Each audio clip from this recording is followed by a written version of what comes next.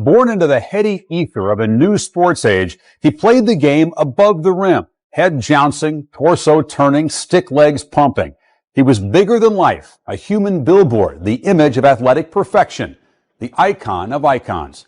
He was Michael Jordan, MJ, his airness. So good, so true, so completely heroic that despite the hype of his times, he just may have scraped immortality with his wings.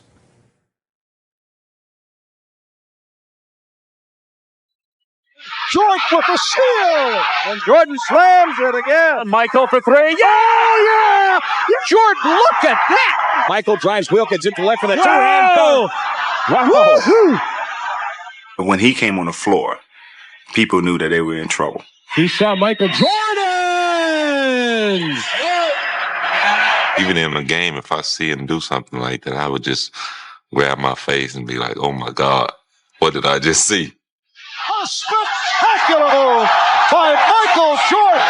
His strength is like a big man. He's the strongest guard, I'm talking about body-wise, to ever play. Michael on the drive across the lane. Turnaround shot. Got it. 63 for Jordan. Michael was coming in from the side, and we were running down there to try to close him off, and next thing I knew, he was going by me. A courageous, classic performance by the flu-ridden Michael Jordan. Give me the ball for the last shot. I'll do it. It is my destiny to do it. I was made by God to take the last shot. Here's Jordan. Yeah! It is all over. In what was widely thought to be his last game in the NBA, Michael Jordan led the Chicago Bulls to a storybook ending in Game 6 of the 1998 Finals. Michael working on Russell. Brings them to within one. It was one of those games that it felt like we had control of the game. And I wish I had a nickel for every time you can say that about a team that Michael played on. Alone is double. They swat at it and steal it. You get right to the last second. He had the ball in that situation, and you expect the ball to go in the basket. Jordan, open. Chicago with the lead. He loves to compete and rise to that moment that is presented to him, and I think he seeks that moment. The Chicago Bulls have won their 6th NBA championship. But Jordan's dominance extended beyond the confines of a basketball court. It's hard to overstate Michael Jordan's greatness, but he has done it at a time when everything has come together. Michael Jordan is CEO Jordan. MJ, those New Air Jordans. He had all of the media exposure that the other guys before him didn't have on internet, cable, satellite TV. Game 4 in Chicago, in a word, Michael. Yes, it was a national holiday. Michael did not take off. He just took off on the Knicks. He became the Pied Piper. Television ratings followed him. Fans followed him. They flocked into stores to buy anything that was endorsed by him. You better eat your Wheaties. Michael Jordan created all kinds of fans, including a lot of women fans. Please welcome Michael Jordan.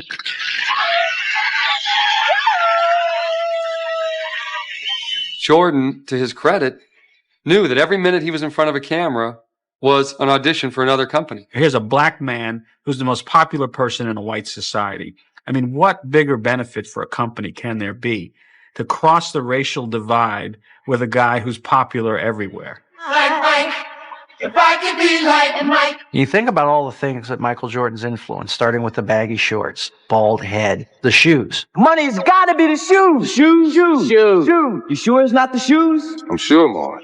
We see the powerful impact that he's had on our society and on our culture. Fortune magazine says Jordan is responsible for soaring revenues, an estimated $10 billion during his career.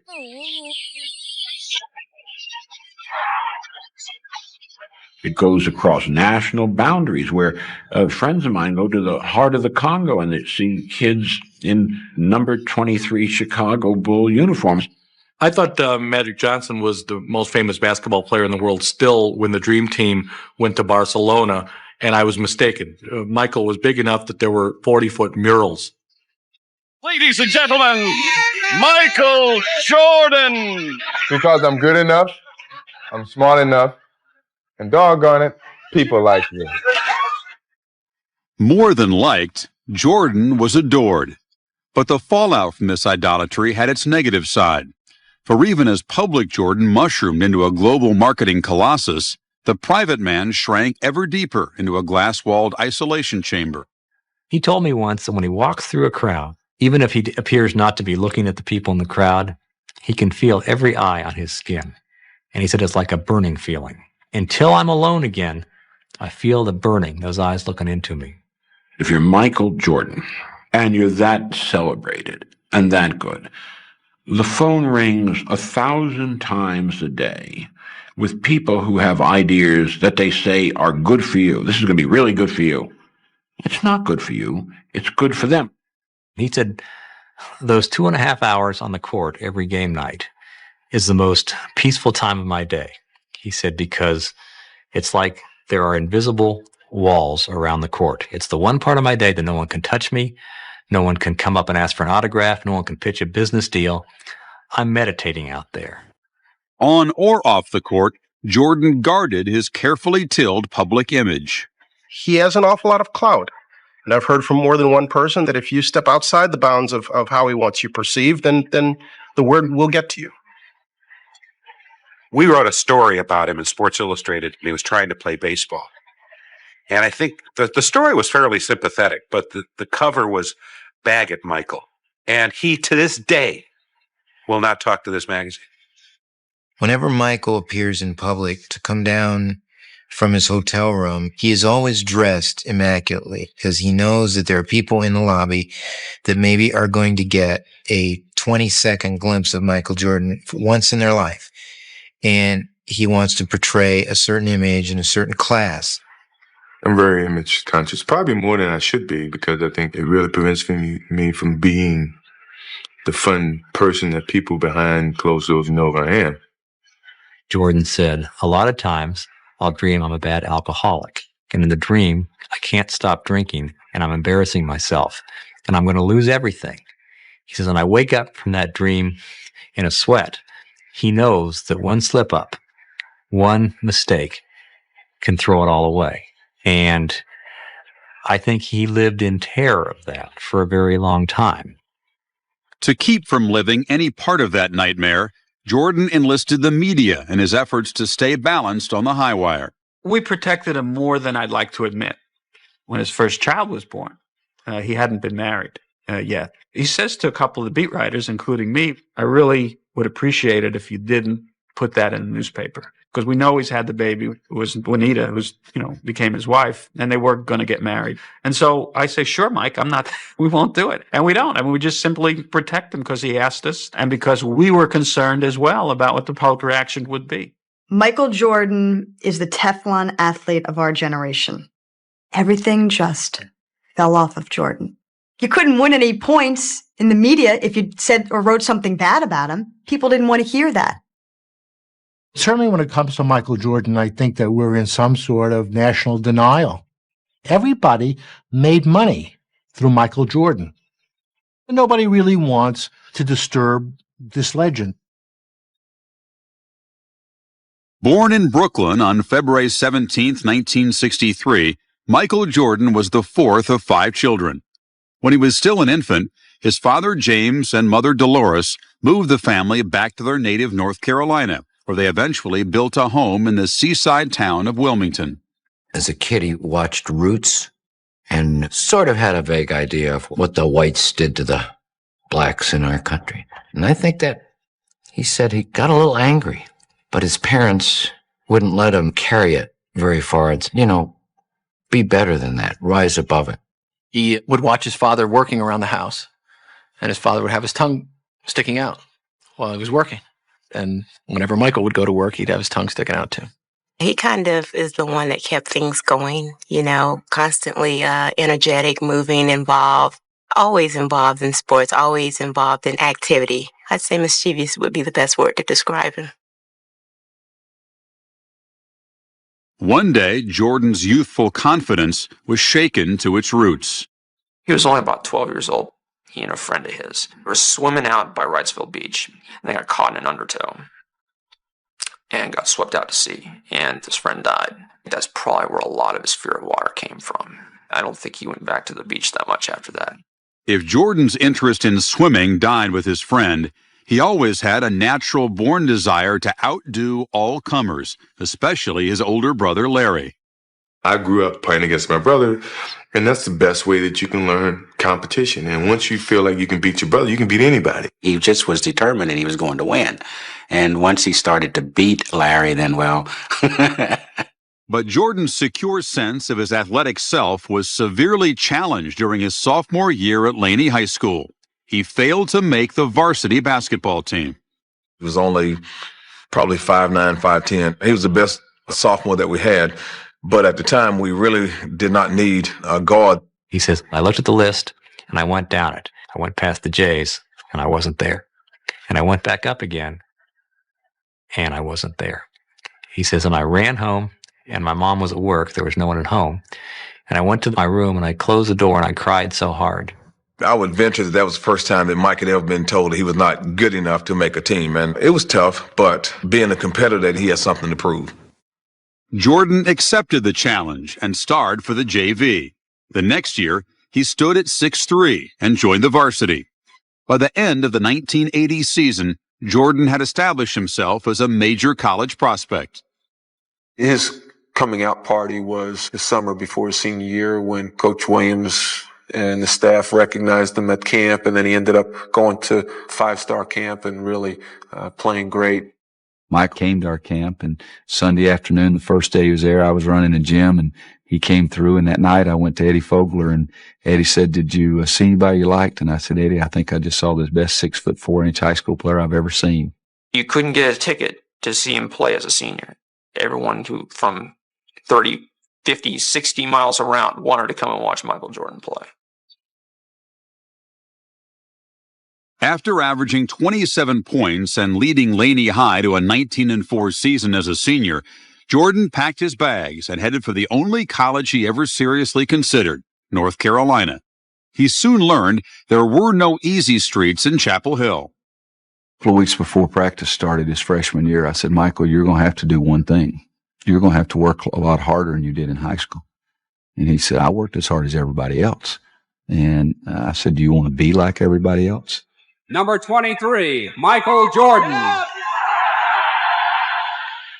Jordan's diligence earned him the respect of his coaches.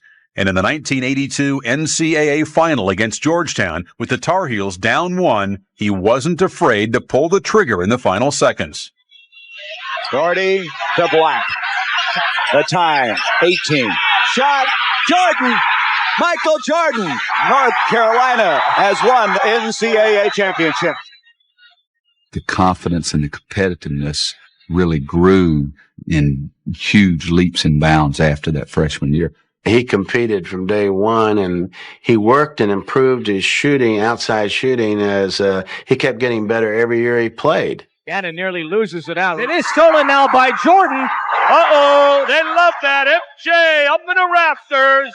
Michael in the locker room before practice would point to somebody and say, I'm going to dunk on you today. And, it's like you didn't want to make eye contact with him because you didn't want to get picked. Jordan pulls up on a 3-on-2. Right now, drive! Oh, what a jam! After an All-American sophomore season, Jordan was named Player of the Year as a junior in 1984, while leading North Carolina to a #1 ranking and a meeting with Indiana in the Sweet 16. 3.5 hours before the game, we have a pregame meal and walkthrough. Pregame meal's over, we're all kind of sitting there, and Coach Knight goes down a list on who has who, and he comes to Jordan, and he gets this kind of sick look on his face, and he says, Dockage, you've got Jordan. I went back to my hotel room, and I threw up. But Dockage's defense helped hold Jordan to only 13 points as Indiana upset North Carolina. Jordan never played another minute for the Tar Heels.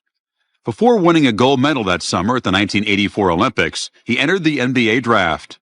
I told a very good friend of mine who had a draft pick that year that was pretty high in the NBA.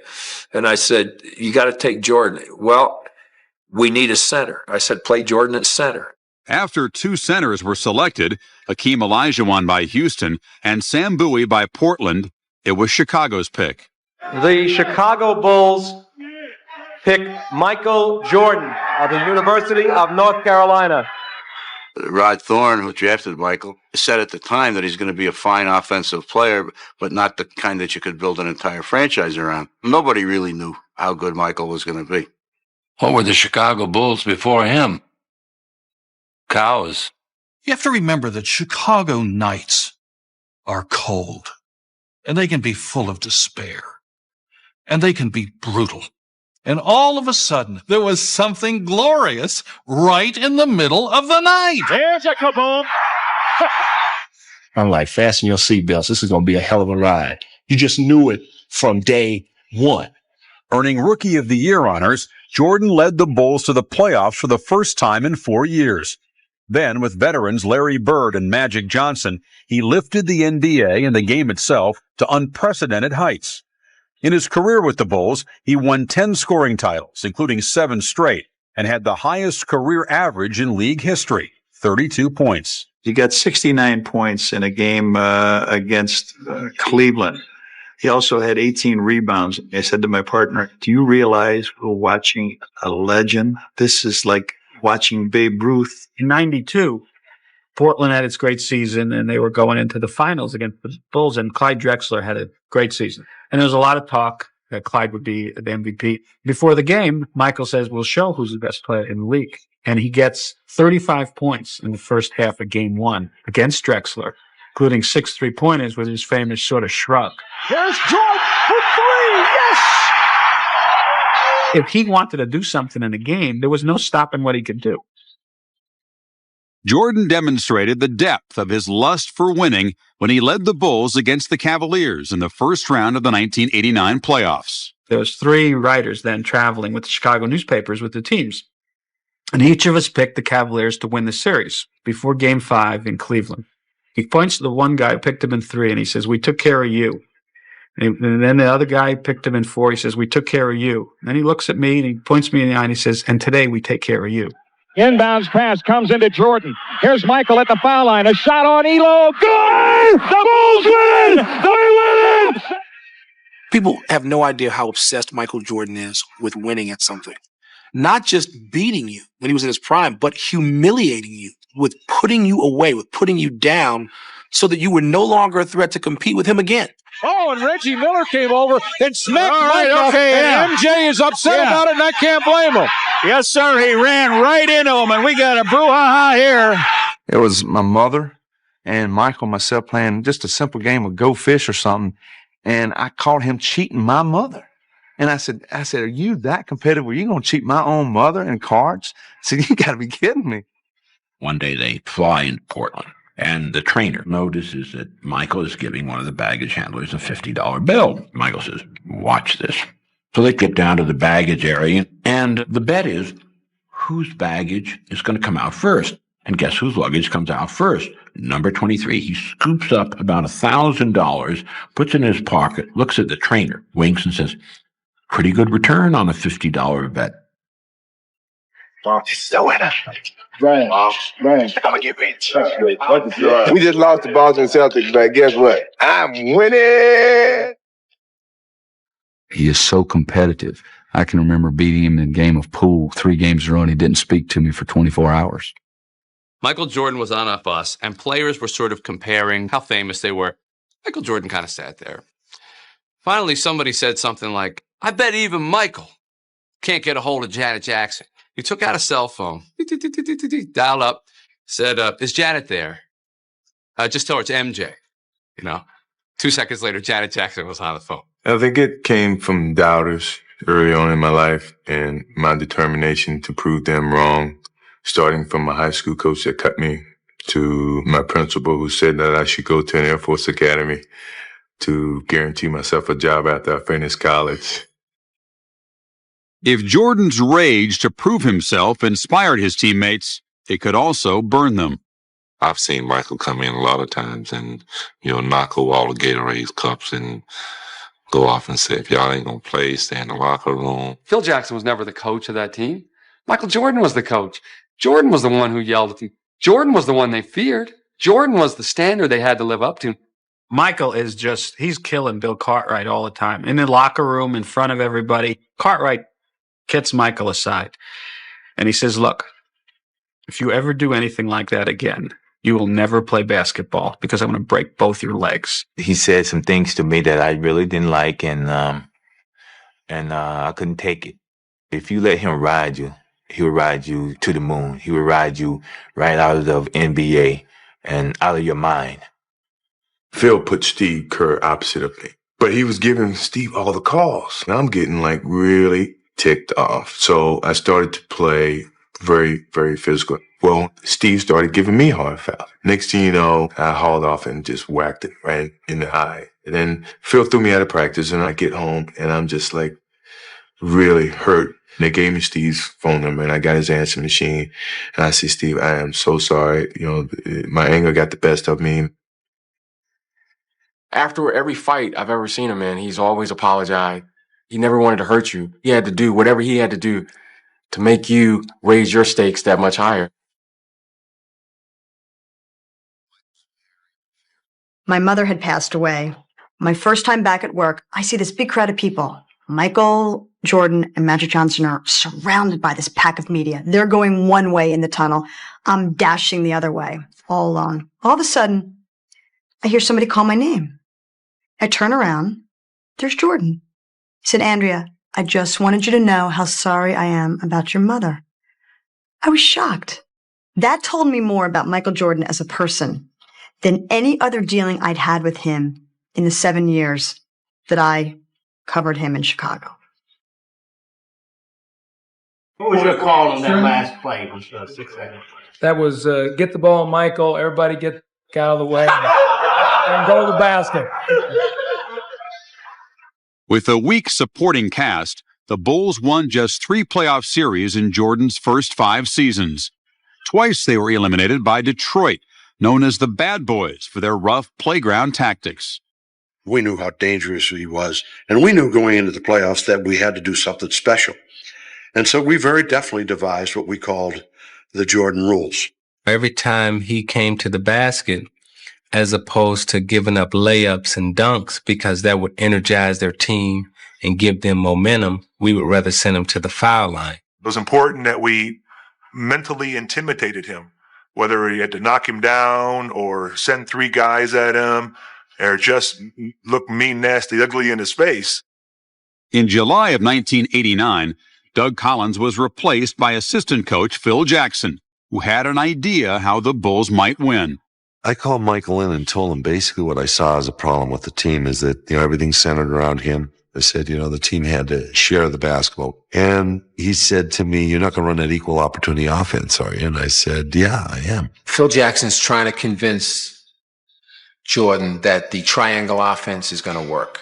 During the game, Jordan comes over to me at press row and he goes, can you believe this freaking offense? This is ridiculous. He got double or triple teamed in a game in Milwaukee, and Bill Cartwright is screaming for him to throw him the ball. And he says, I'm all by myself. You're double teamed. Michael felt the team had a better chance of winning if he was shooting off double teams versus Bill Cartwright or Horace Grant shooting by themselves. There was a lot of feeling that Michael Jordan didn't make his teammates better, that he wanted to score all the time, and that he wouldn't pass the ball to certain people. And there was a feeling that he was not quite good enough to win a championship. Everyone's saying that a scoring leader can't be an NBA champion. I never believed that. He came to a point in his life, in his career, like, man, if I don't trust these guys, I don't think I'm going to win that championship. And once he decided to do that, the sky was the limit for our ball club. The Chicago Bulls advance to the NBA championship round. After defeating their nemesis, the Pistons, for the Eastern Conference title in 1991, the Bulls charged to a 3-1 lead over the Lakers in the finals. In Game 5, Jordan was faced with the ultimate sacrifice. Phil Jackson will tell you that during the huddle of the final game against the Lakers, he finally had to get in Michael's face. I mentioned to him that John Paxson was open. Michael made a point of finding John Paxson in that fourth quarter for 4 jump shots in a row. And that really kind of sealed the factor that he was a guy who was willing to give the ball up at a time when he knew that he had to do whatever it took to help his team win. The Chicago Bulls have won their first ever NBA championship. After Michael won the first title, he seemed to say, okay, I'm just going to kick everybody's ass. There's no one out here who can stop me. There's no one here who can stop my team if I am the team player that I should be. A penultimate kind of moment for him as a leader. As the last of the first three-peat championships against Phoenix, we'd won 2 games out in Phoenix. We couldn't finish them off in Chicago. We got to go back to Phoenix. We're straggling out to the plane. On the plane strides Michael Jordan. Can of beer in his hand, big cigar. And he stopped and he looked around and he said, anyone that doesn't think we're going to win the championship, get off the damn plane. And he said, let's go, boys. I didn't even pack for 2 games. Let's go out there and win this game and fly back tomorrow night. Pippen runs down the lane, dumps it out the horse. Paxson for 3. Yeah! Yeah! He hits the 3! Because Jordan had so passionately embraced the team concept, the Bulls won 3 straight championships. But soon, very soon, the team would have to adjust to life without him.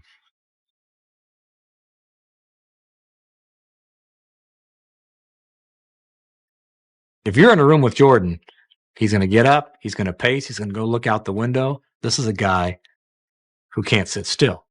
We're hanging together at the Olympics. We're playing cards every night. So it's 6 o'clock. The light is coming up. He goes and gets an hour's sleep, gets up, makes the 8 o'clock tea time. 18 holes of golf. Come back, scores 20 points in the first half of our game. We go back to the hotel. Guess what we do? Play cards all night again. The third night comes around, and I'm sleepwalking now, because I got to get some rest. MJ, you're going to stay up all night with me. I said, Michael, I can't do what you do.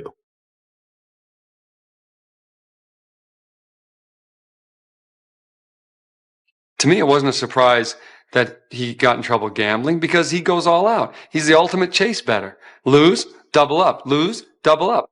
The team won the first championship. He got invited to the White House, and Michael says he's not going. And the team's in a turmoil. On the day his team was going to the White House, Michael Jordan was, in this game, gambling with one guy who was a convicted drug dealer, another guy, a bail bondsman who was funding the game, who eventually got murdered by his associates.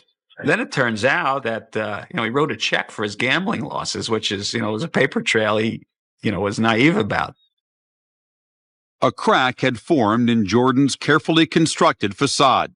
6 months after the Bulls' first championship, a book detailing Jordan's rough treatment of teammates and the special treatment the club accorded him hit the New York Times bestseller list. Its title, The Jordan Rules. Paxson has the flu and it's about 103-degree fever, and he comes in, gets his medication, goes home. Now Jordan gets it a couple of days later, calls in, they send the trainer out to his house. In 1993, another book claimed Jordan lost $1 million on the golf course. Meanwhile, the media, once Jordan's vigilant protector, feasted on a report that he gambled the night before a playoff game in New York. All he wanted was just some respect about the issue. Hey, I went down to Atlantic City. I didn't do anything wrong. I didn't miss practice.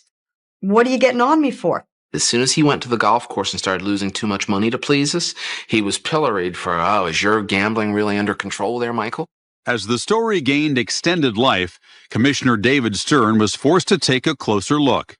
While Jordan simmered and the media swarmed, a former U.S. federal judge was hired to conduct a league investigation.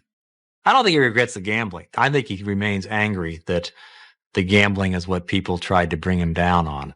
He felt like that he had, Rebecca for the media so much that it really hurt him to have anything negative come out about him. One North Carolina state investigator described the murder of James Jordan as something that could have happened to any one of us. But in this case, the shooting victim was the father of Chicago Bulls superstar Michael Jordan. He and James were alike, and they ran around together. They buddied up together. I have no doubt he was closer to James than anyone else in his life. And here's his best friend and his dad gets murdered. It brought on an onslaught of absurd media attention, people trying to link his father's death to the fact that he had gambled. Everything just sort of closed in on Michael. When I lose the sense of motivation and the sense of to prove something as a basketball player, it's time for me to move away from the game of basketball. I needed a change. I just felt I was being engulfed by the success that I've gathered at that time. People were coming in and saying that this is clearly he was being driven from the league for other reasons, whether it was his gambling or something else. I laughed at the time. 2 days after Jordan retired in October of 1993, Stern announced his 4-month investigation had turned up no evidence that the Bulls star violated league rules. But it was too late. The following spring, Jordan tested himself in a new career. I watched him play baseball, and we met afterward, and we, met in the bar, and then he came to my room. We talked for hours into the night. And I was just telling me, what a waste. Why would you give up being the best player in the game? I think he took up a spot in a joyride and a hobby that somebody who had a legitimate chance of playing in the big leagues might have taken. He got paid to go to fantasy camp. He knew people were going to get on him. His dad wanted to play baseball. If that's the reason, not because Michael wanted to play it so much, because his dad wanted him to give it a shot. He said, I get up every morning and I get in the car and I look over and my dad's there. And I think to myself, we're doing this, Pops. We're doing this together. We're going to get this done. And I think it was classic morning. His dad always did crossword puzzles. And I looked up there one morning and there he was doing a crossword puzzle. And I never saw him do one when his father was alive. Those minor leaguers were the best thing that happened to me. It was their true love for the game. And I lost that. And I found it again playing minor league baseball. Michael Jordan is returning. He released a press release today that said, quote, "I'm back."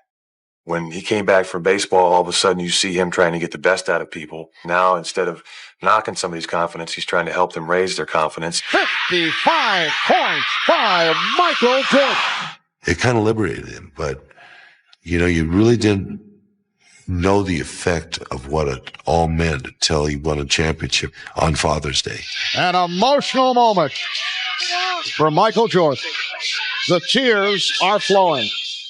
That was the first time I realized that he wasn't there, and it was a very touching situation. It was very hard for me to deal with at that particular time. In his first full season back in 1996, Jordan had not only led the Bulls to another title, but a 72-10 record, the best in NBA history. He won a spot on the all-defensive team for the 7th of 9 times, and by adding a twisting fadeaway jumper to an offense that once relied on power and flight, Jordan at 33 stood alone. It's almost like he allowed us to doubt him. And then he came back and said, okay, I've shown you all that stuff. I've been through that. I'm a human just like you. But I'm still the best. With Michael, if he's going to do something, it's not worth it for him to just do it. He has to win at it. In fact, he's taught our children that. My kids love to play basketball. They ask me to come up and watch them play one-on-one. I tell my youngest to come over and sit down, and I talk to him about being able to accept losing, but yet still competing. I said, watch, I'm going to go out here and I'm going to play your brother, and I'm going to show you exactly what it's all about. So I'm playing him pretty serious. And I know that at any point in time, I can steal the ball and I can go ahead and win the game. But my oldest kid hit a basket, so it's 4-2. I'm saying, well, I got to get serious here because I'm really trying to prove a point to my kid. So the oldest fakes one way, head and shoulder fakes, and throws up the most luckiest shot you ever seen. And it goes in. And I'm pissed. And I look back at my son. He looked at me and said, next. And I turned away and I smiled. I'm saying, you know what? That's my son. Because that's exactly what I would say. When we return to Sports Century, Mr. Jordan goes to Washington.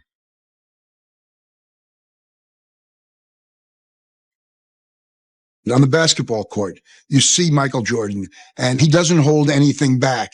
As soon as he gets off the court, of all things, Michael Jordan becomes vanilla. He's raised blandness to an art. In 1990, Jordan refused to endorse African-American Democrat Harvey Gantt in his senatorial race against white conservative Jesse Helms in North Carolina. Republicans buy sneakers too, said Jordan. He avoided another public issue during the 1998 season, when Nike came under fire for dubious labor practices in Southeast Asia. Jordan vowed that once the season was over, he would personally investigate the factories in question. He never did. He has to do what every other elite person does that is a member of a race that's in an underprivileged situation. They have to put their money, their power, and their intellect into a system and bring about change. I think it's a little bit unfair to lay it on Michael Jordan and say, okay, wait a second, you're African American, you're the biggest icon, then everything you should do should be for the betterment of all of your people. We do this again for the second time. I am here to announce my retirement from the game of basketball. You know, my life will take a change. And a lot of people say, well, Michael Jordan didn't have any challenges away from the game of basketball. Well, I dispute that. More than golf awaited Jordan when he retired.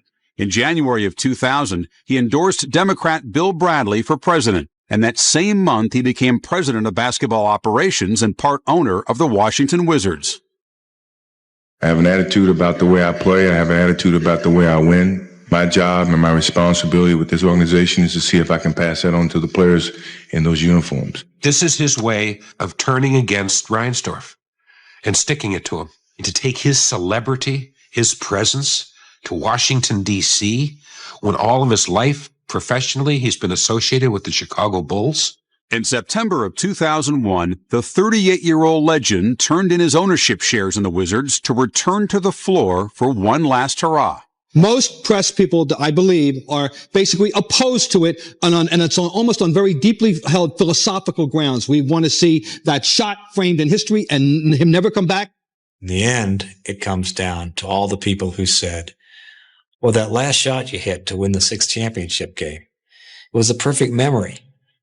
Well, that's our memory. That's not Jordan's memory. If I can do it, great. If I can't, that's great too. You know, but you can't take my 6 championships away. You can't take all the things that I've done. Michael needed the buzz and the juice of competition. I mean, this is a guy who, without basketball, ends up at blackjack tables and on putting greens playing for a couple $100,000 just to have that adrenaline rush. Nothing else in life gave it to him, so he had to come back. Jordan drives, goes to basket, got it! He scores! Jordan scores, makes it 87-86 with 34 seconds to go. What's been impressive to me is the way that he was a very effective player, even though his physical gifts have gradually left him. He has used his mind much more than his body, I think, during this comeback. The fact that he's been able to play as well as he did, to score 43 points after he's 40 years old, I mean, you know, that's phenomenal. At guard, 6'6", Michael Jordan! I thank you for your support. Now I can go home and feel at peace with the game of basketball. Thank you very much. When Jordan's farewell tour came to a close, not all of his teammates were unhappy. I've had guys in that locker room curse at me this year, show no respect. And Michael stepped in immediately and said, we don't treat our coach that way. All these guys who thought he took away from their games this year, they're going to find out what he brought. Sometimes be careful what you wish for. You might get it. Do they answer to Michael? Do they answer to Doug? Who do they answer to? Or do they answer to both? Well, I just know that he had a hard time communicating with some of the players who had developed a certain status in the league, and they thought maybe they weren't getting the respect that they deserved because Michael Jordan was on the team. Nobody has ever wanted it as bad as Michael Jordan has wanted it. To judge them against his own character is one of his problems. Some people even believe that I prohibit some of the guys from growing up, and I disagree with that. The worst thing that you can do as a manager is to fail and then blame your people for it. And that's what Jordan did with the Wizards. I think he kind of went off on a tangent by playing 2 years instead of just continuing as the general manager and try to make the team better from that aspect rather than stepping out and stepping on the floor and try to help out by also playing. I think he should have just picked one road and stuck with it. In 2003, Washington finished 37-45 for the second consecutive season and again fell short of the playoffs. The Wizards organization is in shambles, and that's a direct result of Michael Jordan running the team for 3.5 years. To a competitor, sometimes not being as successful is a great send-off, to know that, you got to move on to do other things. That's how I looked at this. Jordan's abrupt dismissal from the Wizards in May of 2003 was not only caused by dissension among his teammates, but something that stung far worse. His work ethic as an executive was challenged. One of the prime examples, I think, is Jerry West, who was a great player, became a great executive because he would put in the hard time that was necessary, sitting in basketball arenas where he's watching people that are never going to be in the league, but you learn stuff. Jordan was never willing or able to do that. You can't picture Michael Jordan sitting back retired. I'm quite sure he'll be in Atlantic City and in Las Vegas and hunkered over some 4-foot putt with an ungodly amount of money riding on it. And for his sake, I hope he finds a way to find some happiness or joy just living a normal life, but I don't quite see that happening.